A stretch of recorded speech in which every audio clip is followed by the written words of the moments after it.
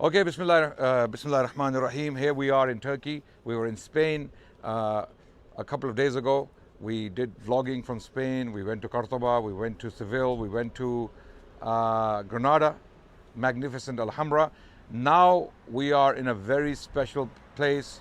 We call it Istanbul, or previously known as Constantinople, the city of Constantine. And we're going to show you something very special. Let's go, inshallah. I'm with the group. It's a separate, different group from the one we had in Spain. Alhamdulillah, brothers and sisters have joined us from all around the world to visit historic sites in Turkey. So we will be visiting in the coming days Iznik, which was ancient Nicaea, also called Nicaea. And there we will look at some ancient sites going back to the Roman period and then the Christian period and the Ottoman period. Then we will make our way to Sugut, where Sultan or Ghazi Ertugrul is buried.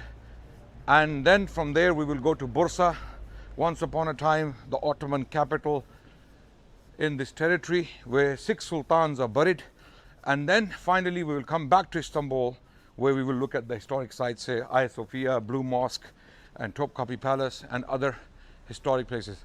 Right now in front of us we see a very famous place, very important place historically, as I will explain inshallah.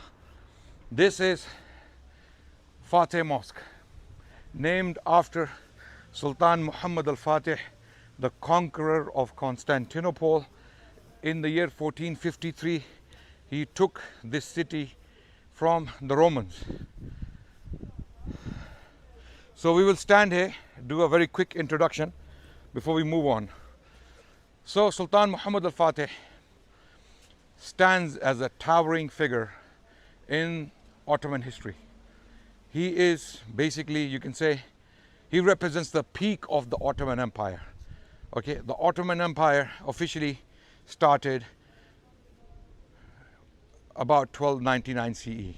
This is the date scholars give to the beginning of the Ottoman Empire as a dynasty in northwestern Anatolia. Okay, and we will explain the history in a bit more detail as we go along. Okay, how did the Turks come into Anatolia? Where did they come from? Why did they come in the first place? Who was here before they came? Where did they go? All these questions are very important. This was basically Greek territory. This was Greek-speaking world. All of Anatolia. Anatolia is also called Asia Minor because the landmass is quite huge. It's very, very big chunk of land. This is why it's called Asia Minor, smaller Asia. So this land starts from Constantinople going all the way to the borders of Syria. Okay, so it's a huge chunk of land. This was Greek territory, and also there were Armenians here. On the eastern side, we had Armenians there on that side. Okay, so this territory was Greek, and then the Turks came in and they took this territory. We'll talk more about that later. Coming back to Sultan Muhammad al-Fatih, I want you to remember the names of individuals and dates. Where did the Turks came from? Very good question. They actually came from, where did the Turks come from? That's the question. They came from Central Asia. All of them, all the Turkish people, or people who are called Turkic, they came from Central Asia. And of course they came from different clans, different branches of the same body of people. They were the same people originally, once upon a time, and then there were diverse tribes and branches that spread out. Mughals, Seljuks, Safavids, Ottomans, they all originate from Central Asia. They are Turkic people. Okay, and this is why a lot of the things the Turks or Turkish empires, different Turkish empires were doing, went back to the traditions they brought with them from Central Asia. But we will talk about that in a bit more detail. So I want you to remember dates and personalities. This is Sultan Muhammad al-Fatih. The date you have to remember with regards to him is the year 1453. Remember that date. This is a very important date. Just like when we started in Spain, we wanted everyone to remember 2 dates. And what are those 2 dates? Who remembers? 7/11, 1492. Thank you. MashaAllah, you remember. 711 to 1492. Why? Because this is the entire length of Muslim rule in Al-Andalus, in Spain. So 1453 is the year when the Ottomans finally take the metropolis, or the giant city called Constantinople, which was absolutely important for a number of reasons. Taking of Constantinople represented defeat of Christendom, okay? The rise of a new power in Asia Minor called the Ottomans. Now they have superiority over all other little dynasties and principalities in Asia Minor. Ottomans were not the only Turkic Beylik or the only Turkic dynasty here in Asia Minor. There were plenty of them. There were many. And how they came about, we'll talk about that later again, inshallah ta'ala. Okay, when we discuss this a bit in a bit more detail. Starting from Iznik, and when we go on to Zugut and Bursa, we will talk more about the origins of the Ottomans, inshallah. Okay, so it's coming. So bear with me. Why are we starting here? Because this is the peak. This is right in the middle. Just like when we start from Spain, we start from Seville. We don't go to Cordoba. We don't go to Granada, because Cordoba represents the beginning, Granada represents the end of the Muslim rule. We start in Seville, right in the middle, when there were two revivals with the Al-Muhajj and Al-Murabitun. Al-Murabitun first and then Al-Muwahidun, right? Here, this is the peak. 1453 is when the Ottomans have reached their pinnacle. They are now a military power that the whole world is aware of, that the Ottomans are now on the global scene. From a very small dynasty in northwestern Anatolia, they have become a global power now, because they hold one of the most important global capitals in the world. And why are we here at this spot? This is the spot where Sultan Muhammad al-Fatih built the masjid. Okay? And this is one of the 7 hills, right, of Constantinople. This is one of the 7 hills, okay, of Constantinople. This is one of the high plains, okay. So obviously it's a very important place. It was already important before Sultan Muhammad al-Fatih chose to build this masjid. And later on, when he died in 1481, he was buried right next to the masjid. We will see it. We will see his tomb as well. Now, why did he choose this spot? Okay, highest. Maybe it was highest. Any more guesses? A dream, okay, possibly. Anything else? Okay, let me give you the shock now. The shock or the surprise, I promise you guys. This is where one of the holiest sites stood for Christendom, for the Romans, especially those Romans who became Christian, okay? On this very spot stood a church called the Church of Holy Apostles. No way. Yes, okay, and it doesn't stop there. Wait, it doesn't stop there.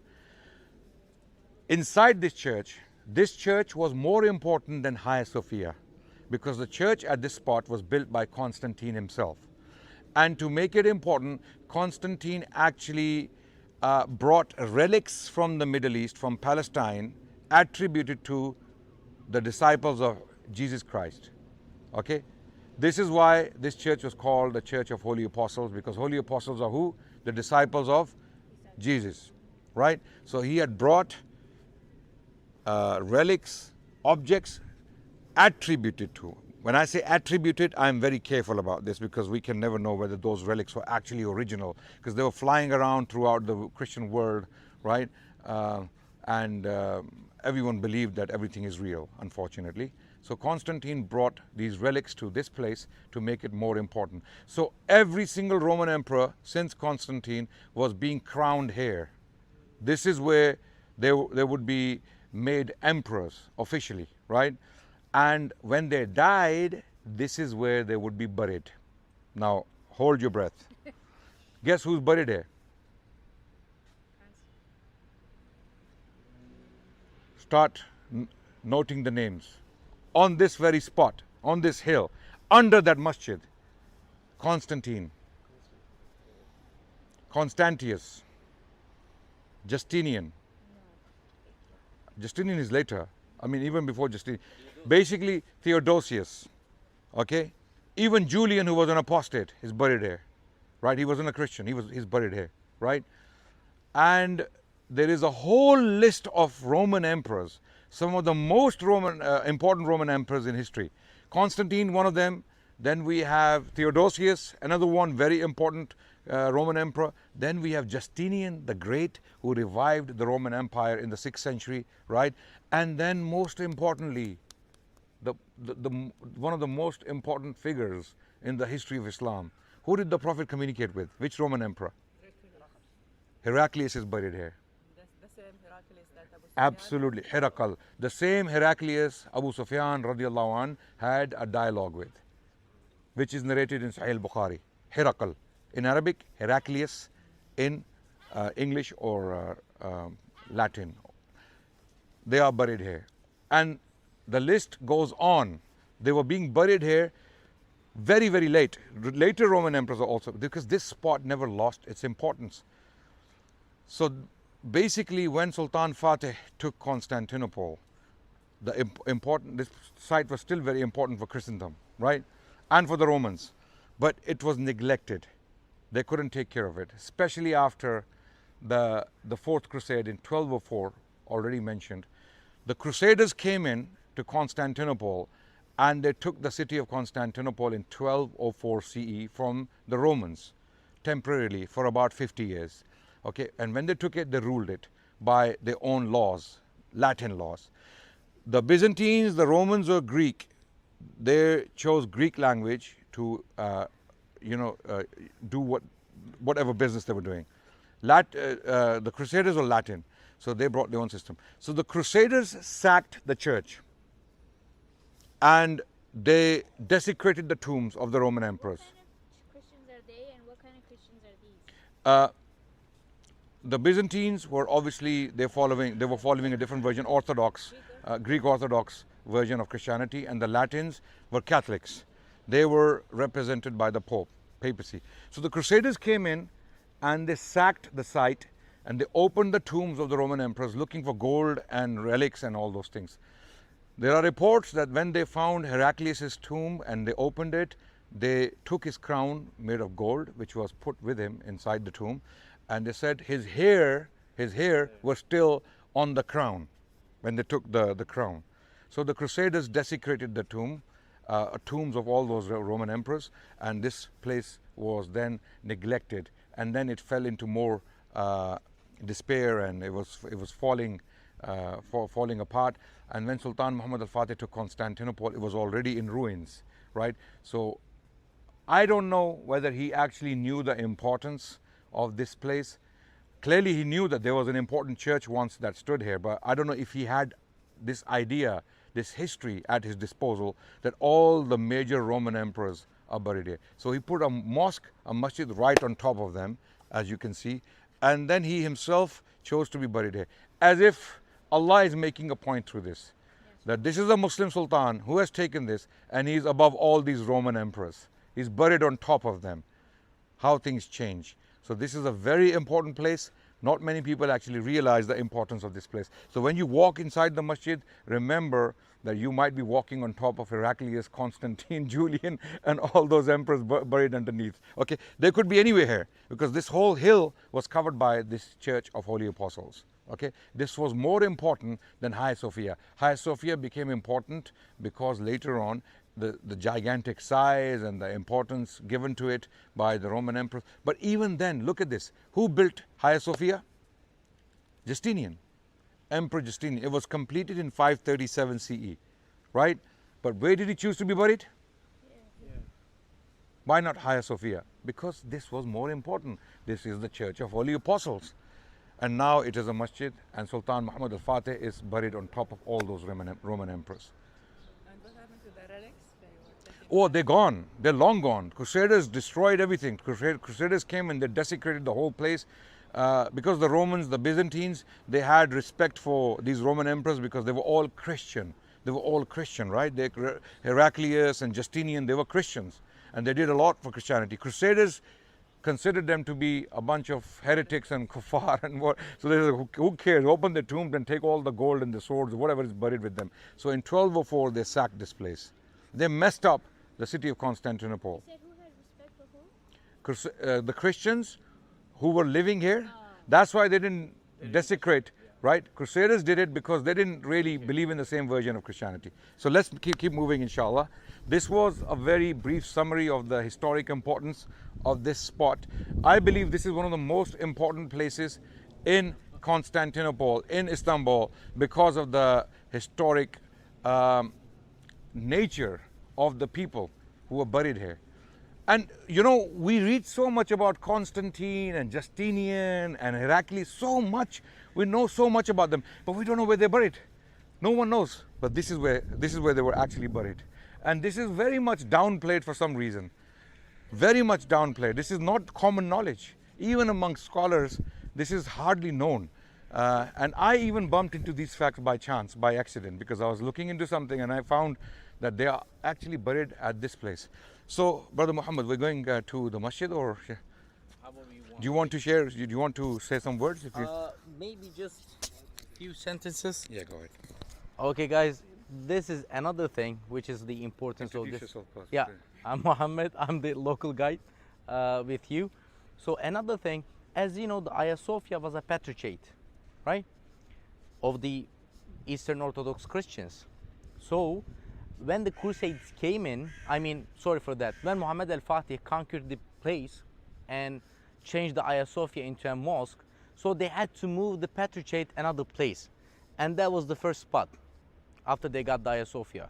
And then Muhammad al-Fatih actually took this place and wanted to build a mosque and also, you know, tomb. So they also moved to the Çarşamba area, and from Çarşamba area, that was the Yavuz Sultan Selim I, who actually wanted to build a new complex in there. So they had to move it to the Balat in 1617. So still in Balat right now. What is it that they move? Huh? What is it that they move? The patriarchate. What is that? Patriarch. Yeah. You know, the patriarchs were moved because it was a patriarchal. That's what you mean, right? Yeah. Okay, yeah. So this is what they moved. Main church. Yeah. Yeah. The bodies you mean? No. The bodies were not moved. Yeah. The seat of the patriarch. The patriarch of the city of Constantinople would be based here, right? And then it was moved later on somewhere else by Sultan al-Fatih. This is what Brother Muhammad is saying. Yeah. So still, he's still right there, and the patriarch is a Greek guy who born in an island in Istanbul. So the patriarch is still the Orthodox Christians patriarch, still there, and giving the speeches. Yeah, it's like Just the Orthodox Pope. Yeah, patriarch. Okay. Yep. So there were patriarchs of every single major city, like the bishops. You can call them the bishops, the cardinals, the Catholic equivalent. So here in Greek Orthodox, they would have their patriarchs. Okay. So just like when Umar bin Khattab radiallahu anh, when he came to take the city of Jerusalem, who was dealing with him, who was talking to him, was Patriarch Sophronius, the bishop of the city, right? So we had different patriarchs here. So they were based here, and then they were moved elsewhere when Sultan Muhammad al-Fatih took this spot. Okay, let's go. Are we going inside the Jami? Yeah. Okay. So we can go inside, have a look. So let's say we should have how many minutes in there? About 10 minutes. Oh, okay. Well, we are quite free with time, so no problem, inshallah. And then once we are finished with the Jami, the masjid, then we'll come out again, inshallah, and we will go around and we'll look at the tomb of Sultan Muhammad al-Fatih, which is right next door, inshallah. And his name is there, and all the things, the hadiths about Constantinople, the conquest of Constantinople, is written on top of his tomb. So you will see all that, inshallah. So we're going to go inside the masjid.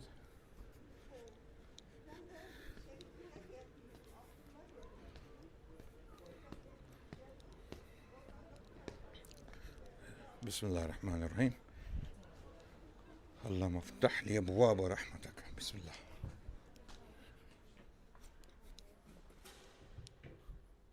Okay, Bismillah ar-Rahman ar-Rahim.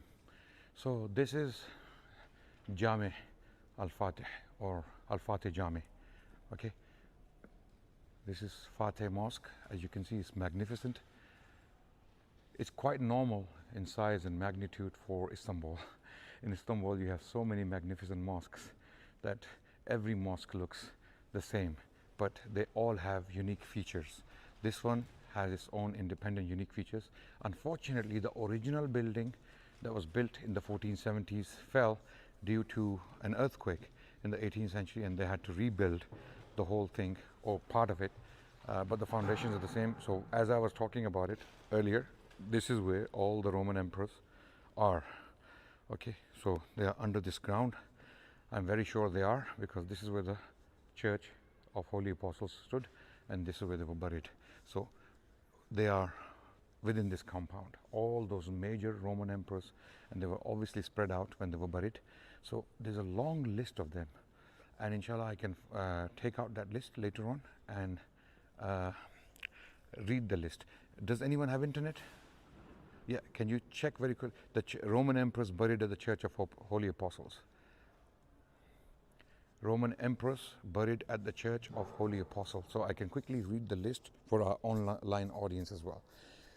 Now, I want to mention very quickly, this is very important, that we are doing these tours to educate Muslims around the world about the history of Ottoman Turkey and Islamic Spain and Morocco. So we are doing these tours every few weeks. And if you want to join one of these tours, brothers and sisters, check out halalgetaways.com. Go on the website and check out the future dates. I am myself going to be joining these tours, and inshallah I will be presenting history. So among those buried in the Church of Holy Apostles, okay, is the Church of the Holy Apostles. People who are buried here are Constantine the First, Constantius the Second, Julian, Jovian, Valentinian, Theodosius, Marcian, okay, Ariane, Anastasius, Justinian, Ino Anastasia, Heraclius, Eudokia, Fausta, Anastasia, Anastasius, Eudokia, Irene of Athens, Leo the Sixth, okay, Eudokia, Ingrina, Nicephorus the Second, Constantine the Eighth, okay, Zio Porphyrogenita,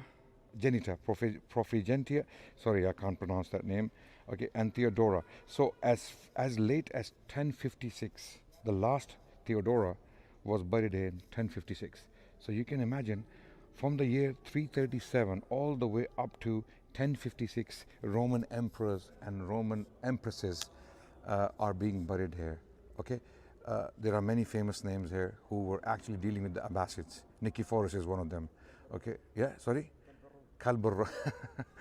Ibn Qasir, he narrates this anecdote that the Empress Irene was paying taxes to the Abbasids, right? And when she was ousted by Nicephorus, he refused to pay taxes to the Abbasids. He said, this was a woman, she was weak, she's paying taxes to these guys, these bullies, I'm not going to pay taxes. So Harun al-Rashid at the time, he wrote a letter to Nicephorus, the emperor, the Roman emperor at the time, and he writes, and the words are, Min Amir al-Mu'mineen Harun al-Rashid ila Kalb al-Rom, from the leader of the believers, Harun al-Rashid, to the dog of Rome. Basically, this is how he was addressing him, and he told him that if you don't start to pay your taxes, the army will start here and end there with you. And he still refused, and then the long story, Harun al-Rashid invaded, and then Nicephorus surrendered and agreed to pay taxes.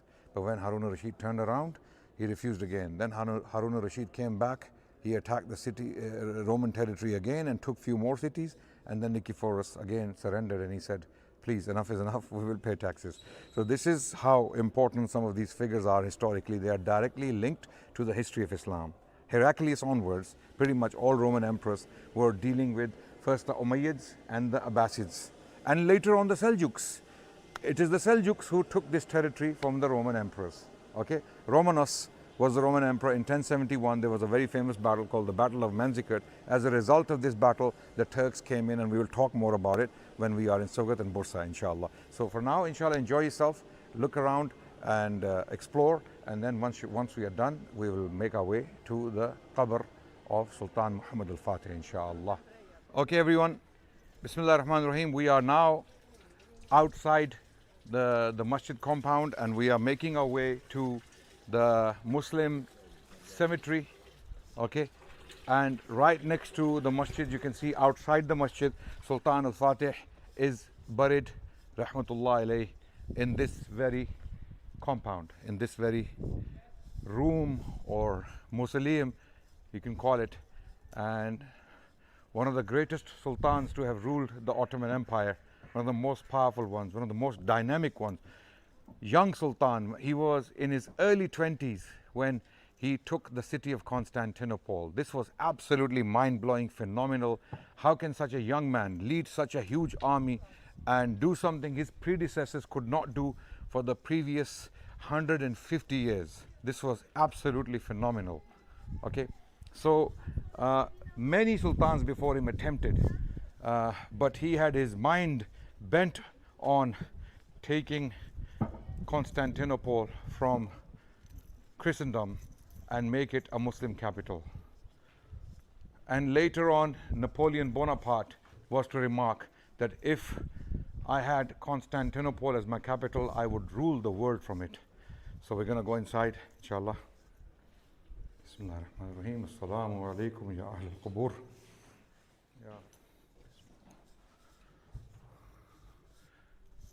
Assalamu alaikum ya ahl al-qubur ya ahl. This is the very qabr of Sultan Muhammad al-Fatih, Muhammad the Great, also called, rahmatullah alayh. And you have verses of the Quran all over his tomb. There is that hadith, لا تفتحن القسطنطينية فالنعمة نعم الأمير أميرها ولا نعم الجيش ذلك الجيش. And here we have the name of the Sultan very beautifully inscribed on this cloth in silver wires. Jannat Makan Firdaus Ashiyan Abul Fatah wal Maghazi Sultan Muhammad Khan bin Sultan Al Ghazi Murad Khan. This is his name there. And this is one of the things we want to highlight, that nowadays many Turkish brothers and sisters, they use the word Mehmet to refer to him. And the actual name is Muhammad, which is written on the very qabr there of the Sultan. It says, As-Sultan Muhammad Khan bin As-Sultan Al-Ghazi Ghazi Murad Khan. So Sultan Muhammad al-Fatih was the son of the great Ghazi warrior Sultan Murad II, who fought the Crusaders. His history is also very dynamic, absolutely mind-blowing. And he was a very pious man. Maybe it was his barakah, his prayers, that gave his son the honor to take the city of Constantinople. And obviously the credit goes to the father as well for raising such a strong son. Allahu Akbar. And Sultan Murad II, he basically wanted to worship Allah and seclude himself from the affairs of dunya. He fought against the Crusaders, he fought against a coalition of the Christian world at the time in the West.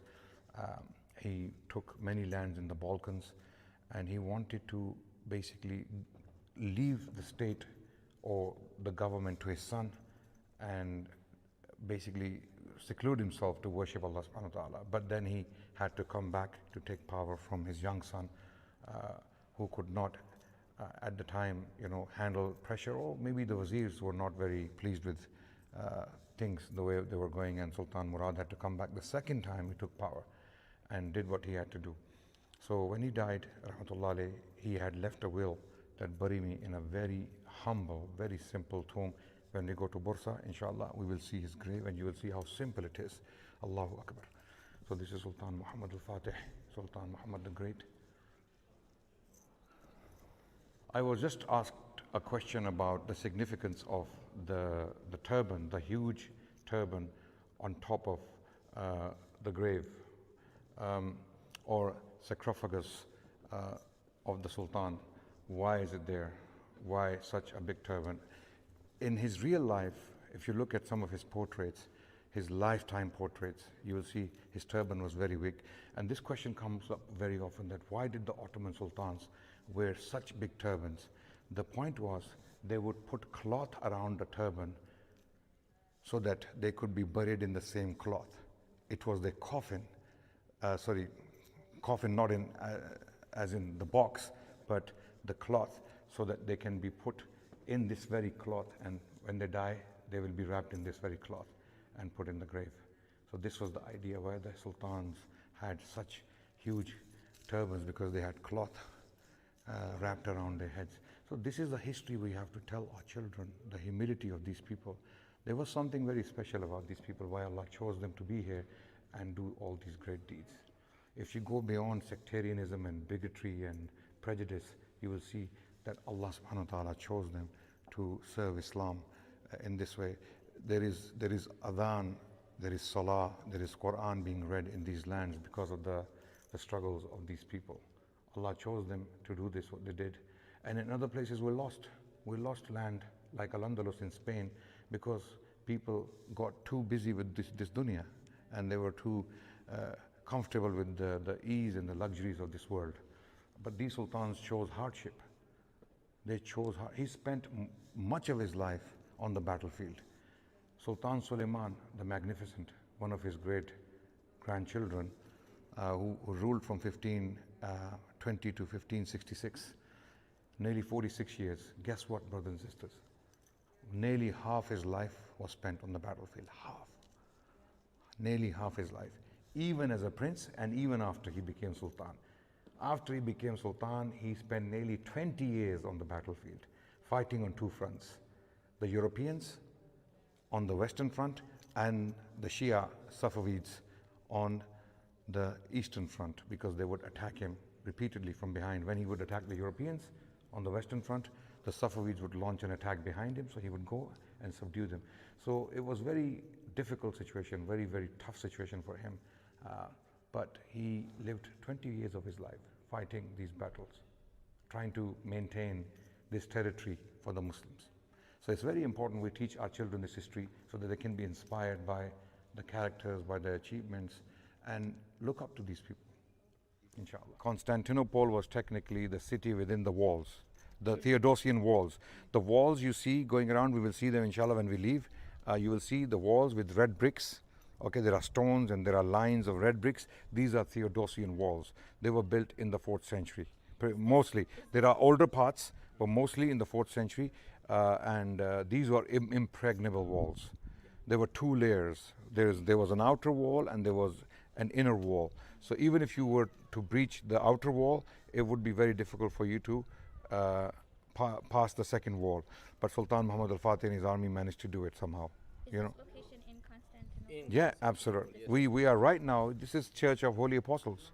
We are on one of the 7 peaks of the city of Constantinople. Right now, where we're standing right now, is one of the 7 peaks. When we say one of the 7 peaks, 7 hills that overlook the city of Constantinople. So this is very high plain. Okay. And the sultans who were before him were controlling the land around. Yeah, land around in Europe, on the European side and the Asian side. Okay, so the sultans before Sultan Muhammad al-Fatih had pretty much taken most of northwestern Anatolia. The only part left was Constantinople, that divided Asia from Europe. Okay, so the sultans had taken land around Constantinople as well, but they couldn't take Constantinople because it was impregnable, right? Many sultans attempted. In fact, Sultan Bayezid I, when Timur came in 1402, the Battle of Ankara, right? Timur from Central Asia was another conqueror who wanted to be another Genghis Khan. He came conquering land and he decided to attack the Ottomans. At the time, Sultan Bayezid Yildirim, the Thunderbolt, was besieging Constantinople. This was one of the dreams of the Ottoman sultans. They wanted to do it for Islam. This is why they were called Ghazis.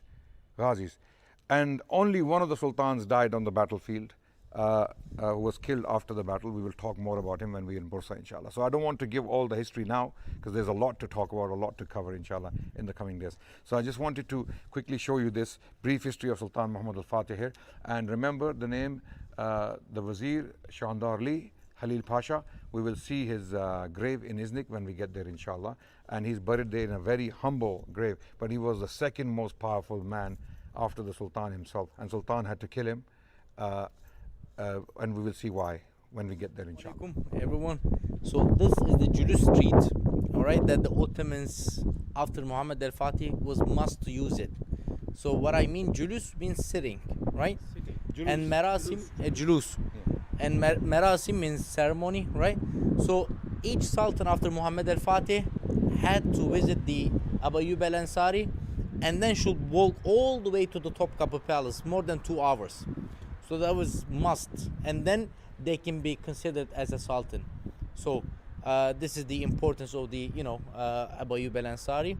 So they all done, and like people were standing just like us, and maybe he was giving some coins to the people all the way to the Topkapı Palace.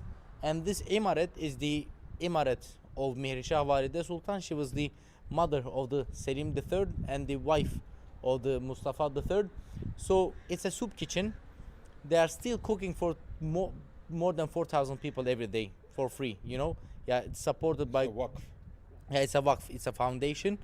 49% of the foundation are actually ruled by women, walides. So they didn't spend money to get, like fancy clothes or Chanel bags, whatever. So they spent, for the sake of public people, right? For the sake of Allah. And even we have a one, ayah on the top of the gate. We'll have a look. Yeah, that's good. So the point, what Brother Muhammad is explaining, every time a sultan was crowned, he would come here, this very route, walk to the mausoleum of Abu Ayyub al-Ansari radiallahu an, okay, pay his respects there, and then walk back to Topkapi Palace to be throned or enthroned, okay. And this is their love for the Prophet sallallahu alaihi wasallam. Why are they doing this? They are doing this because this is the closest thing they have to the Prophet sallallahu alaihi wasallam, a Sahabi. Now the question keeps coming up: is he actually really buried here? That's not the point. The point is they have come to believe already that he's buried here, radiallahu an. Okay, and the fact that they believe this and they walk here to show their devotion to a companion of Rasulullah sallallahu alaihi wasallam, to honor the Prophet sallallahu alaihi wasallam, it shows you the dedication and the level of respect and love the Ottoman sultans had for Rasulullah sallallahu alaihi wasallam. We can disagree with this devotion, yet if you think about it, this is the best they knew at the time, and this is what they practiced. So this is the verse Brother Muhammad was talking about. This is a soup kitchen which was built by one of the mother of one of the sultans, Sultan Salim III, his mother. She initiated this. Okay, so the verse you can explain, inshallah. Yeah. It's the calligraphy situation. Even if you know Arabic, it's not easy to read all the calligraphy styles. There are 14 types of calligraphy, and this is Jeli. All right, so it's really hard to read it, but it's written on it because I read it from somewhere else. Yeah. So it's written, Astagfirullah billah, إنما نطعمكم لوجه الله لا نريد منكم جزاء ولا شكورا. So we feed you for the sake of Allah, no reward we wait from you, nor thanks. And you know why this ayah received? Does anybody know to explain? So this ayah received, actually, that was a boycott for Muslims. Yes. And Ali bin Talib and Fatima radiallahu an, they barely found a little bit dates to break the fast. They were fasting, and immediately the door is knocked, and somebody asked for the sake of Allah something, and they gave it. And they kept fasting till the other day. And the other day, they barely found a little bit dates to they break the fast, but door is knocked again. So, and Ali Karamallahu wajhah gave whatever he has, and this ayah received to our Prophet Muhammad sallallahu alaihi wasallam. So you can imagine, like, he was not waiting for anything. So these guys probably know the situation. That's why they put this ayah, like, we feed you for the sake of Allah, and no reward or no thanks wait from you. So this shows you the love of even the women, the ladies of the royal, the household, who were trained in such manners and such such moral, uprightness that they would initiate projects like this and feed people free of charge. And amazingly, this is still a waqf and it still runs to this day.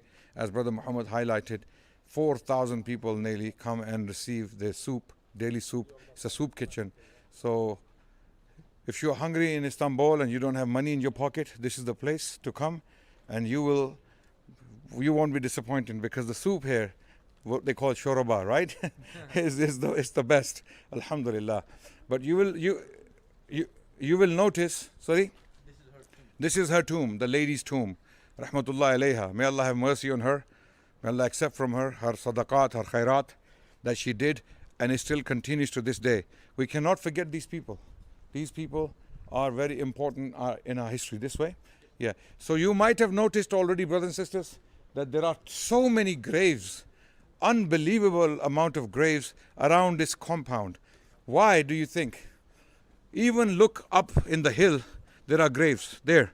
Look, there are graves here, there are graves here, there are graves here, there are graves on the mountain. Okay. You know why? Look behind me there. This is where Abu Ayyub al-Ansari radiallahu anh, his mausoleum is. So everyone, all these Ottomans, they wanted to be close to a Sahabi of Rasulullah sallallahu alaihi wasallam. When they die, they want to be in the same vicinity, in the same area, to be close to the Sahabi of Rasulullah sallallahu alaihi wasallam, out of their love. Yeah, and by the way, it's pretty clear before Muhammad al-Fatih actually, found this place, his teacher Akşemseddin. So there was nobody living in here. So this is the only place, one of the only places in Istanbul populated only by Muslims. There are no, like non-Muslims in here, just Muslims. So again, to highlight the point, whether Abu Ayyub al-Ansari radiallahu anh is buried here or not is a very good question. Okay, there are opinions that people claim that he is buried here. Okay, others say no, we have no evidence, we cannot trust a dream. But regardless, people come and express their devotion and their love for the Prophet by paying respects here, making dua. But any of the non-Shari activities here, of course, they are not the responsibility of people who are taking care of this place. There are people who express their devotion in different ways. So when we walk in there, okay, we make dua for all the people who are buried around this compound. Alhamdulillah, may Allah accept them in Jannatul Firdaus, and may Allah accept their errors. May Allah forgive the errors and accept their good deeds.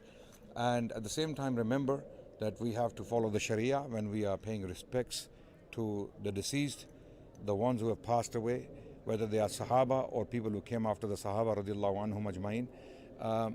We pay respects according to Sharia. We do not break the rules of Sharia. We do not do anything that is against the Sunnah of Rasulullah sallallahu alaihi wasallam. He has taught us how to visit graves and tombs. He has taught us how to visit the graves of people who have passed away. So we stick to that, inshallah. We stick to the principles of Islam and Sunnah of Rasulullah sallallahu alaihi wasallam. Jazakumullah khairan.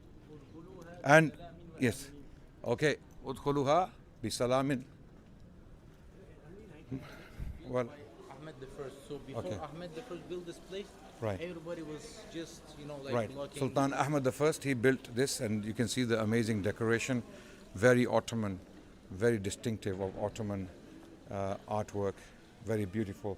And we're going to go inside the mausoleum from this. Where do we enter from, Brother Muhammad? This is the entrance. Okay, as I said, this is an attribution.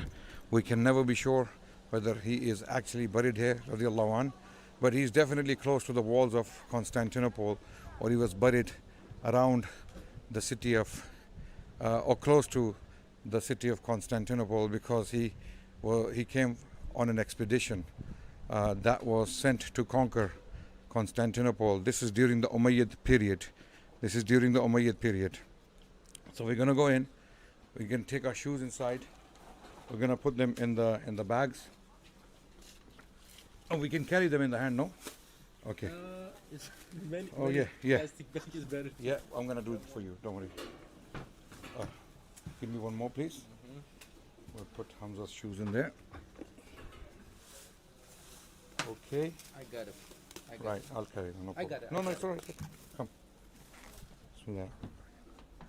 Okay, so we enter from here, and the alleged tomb, or the attributed tomb, is in there. You can see there's a cover inside. It is there. As I mentioned, that we should stick to the principles of Sharia when visiting tombs and graves. In this case, we're not sure if Abu Ayyub al-Ansari radiallahu anhu is buried, but we respect the local custom and local attribution.